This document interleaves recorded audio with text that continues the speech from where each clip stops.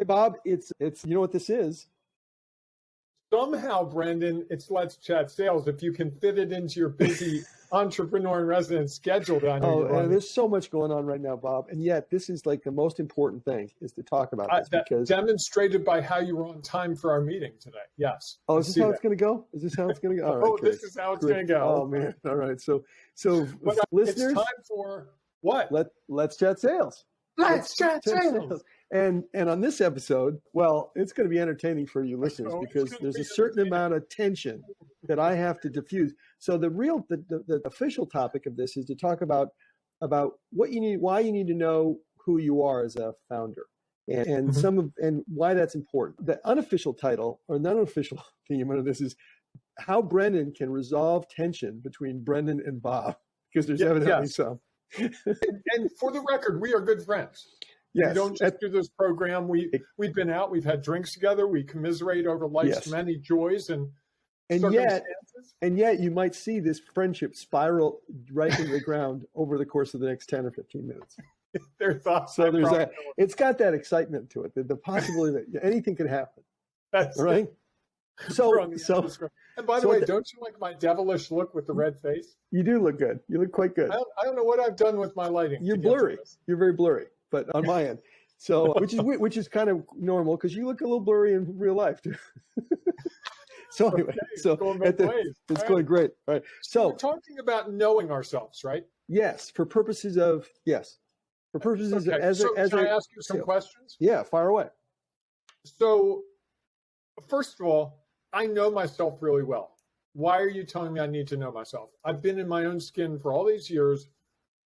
Come on, Brendan, this is silly. This is just some sort of contrivance that you've created to fill a podcast. Yeah, no, it's not. And the reason is because it helps to know where you are in terms of your understanding of who you are and your level of expertise relative to the problem that you're facing, relative to the problem you're trying to solve. And so I think it's really useful to kind of go and it's a little corny at some level, I suppose, but at the same time, it is really a useful exercise to understand like where your strengths are and why you have particular areas of expertise, because over the course of your sales process, you want to build on those, right? You want to use this as a foundation. And so it's good to know where you are when you start. And by knowing where you are when you start, it kind of helps you know where you have to get to and where you don't necessarily need to get to. You don't need to be an expert in all things. All right, but Brendan, come on. I found a solution to a real problem. Yep. It doesn't matter anything about me. It's just about that solution. People are going to come flocking to me because I found this solution to this problem. And it doesn't matter how I got there. It doesn't matter who I am. It doesn't matter anything because they're coming my way. Such a common, and don't beat yourself up if you're this way, but it's such a common attitude and it's fundamentally flawed. And the reason it's fundamentally flawed is because people ultimately don't buy solution. They don't buy a product. They don't buy a widget. They buy a solution. And the only way you can get to the point where you can convince someone that you have the solution is for them to understand that you have credibility in that space, that you know what you're talking about. And so you have to have some kind of understanding as to who you are and what you're good at and why that matters. That makes sense? So that makes sense. If I've got limitations. Yeah. So let's say for me personally, I'm not really that strong at some of the financial stuff. Like when people pull out spreadsheets, I have to really focus hard on it, unlike a lot of other aspects. Right. Does that mean I should never do anything that involves spreadsheets and financial stuff? Or does that mean I need to be aware of that limitation, that constraint, and minimize it wherever possible, but also build in systems to make sure that I can cover it? Systems and resources and people. I mean, we talk about this in another episode of the podcast, and that is the idea of outsourcing things you're not good at. You don't have to be good at everything, right? Okay. But it is important to understand where your weaknesses are. And, in some cases, those weaknesses can be a strength in the sense that when you go and talk to a customer and you can admit, hey, this is where I'm solid. This is where I can really help you. And I'm not good at this other thing. I'm not a finance guy. I understand the basics of it. I can get you from here to here, but I can't get you all the way. And if it, it gets to be the sort of thing where you're really looking for special, tax recommendations or understanding internal rate of return or whatever it happens to be, I'm not your guy. And the fascinating thing about that is that's the sort of stuff that really makes a difference with your customer when they know where they can rely on you and where they know they have to go elsewhere for it. And if you can help them when they have to go elsewhere, even better. But Brendan, come on. I'm trying to get my first or my fifth or my 10th customer. If I explain to them where I'm weak, they're going to go to my competitor or they're not going to trust me. They're just going to completely lose all the feeling that they have for me. And that's not worth it because I need to make this sale. Well, I guess it depends. It depends on how many customers you've talked to. It depends on how much knowledge you've accumulated over time, to really understand the customer's problem.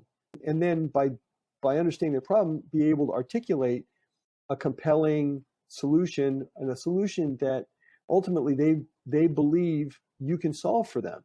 And at some point, you're going to, in the course of your development, and this is one of the things we work on in some of the stuff that I do with people is we work on developing that level of confidence, that level of expertise, and building your kind of credibility so that when you say, here's where I'm an expert, you really are an expert in that area. It's really something where when you come to the table and talk to the customer, you know what issues are, the issues are, what the sorts of problems can be and how to resolve them. You've seen all those issues before. So really nothing surprises you. When you get to that point, the customer is much, much more inclined to want to buy from you and want to work with you.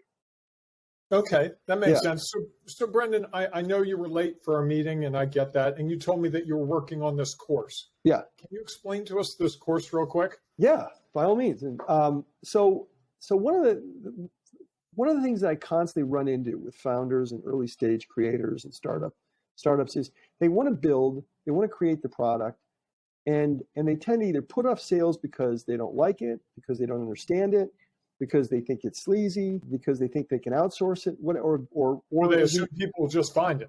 Yes, exactly. They'll beat a path to their door, and that's a particularly dangerous assumption. And so, the purpose for this course is to do three things. One is to develop your mindset around how to think about sales in a way that makes you more effective. Two, the process, like understanding the fundamentals of the process for your particular kind of selling, particularly B2B selling.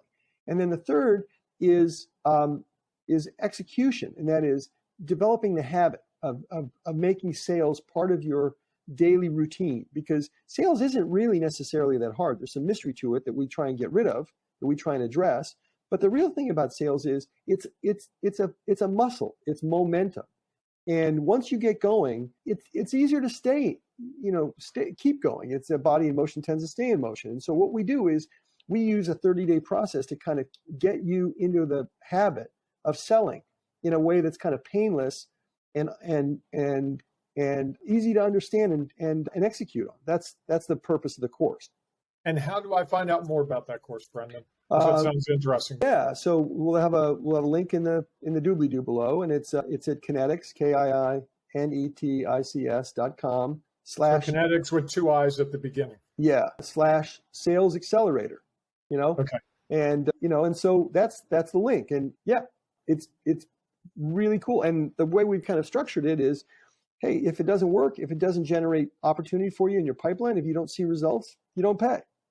Frankly, I'm of the opinion that this is the sort of thing that once you get going, it's doable. And the thing I don't want to have happen is I don't want people to get into try and get into sales and not be successful. So that's the purpose of this course, and it's the sort of thing it's kind of got accountability built in, and it's got like very simple 20 minutes a day kind of a thing to get you going, and that's kind of the purpose.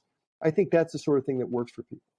Okay, and Brendan, before we close out, give me a movie recommendation or something on Netflix or Hulu or one of those things, because you're always giving me great suggestions. I want one right now. Well, the one we talk about all the time, don't watch The Gray Man.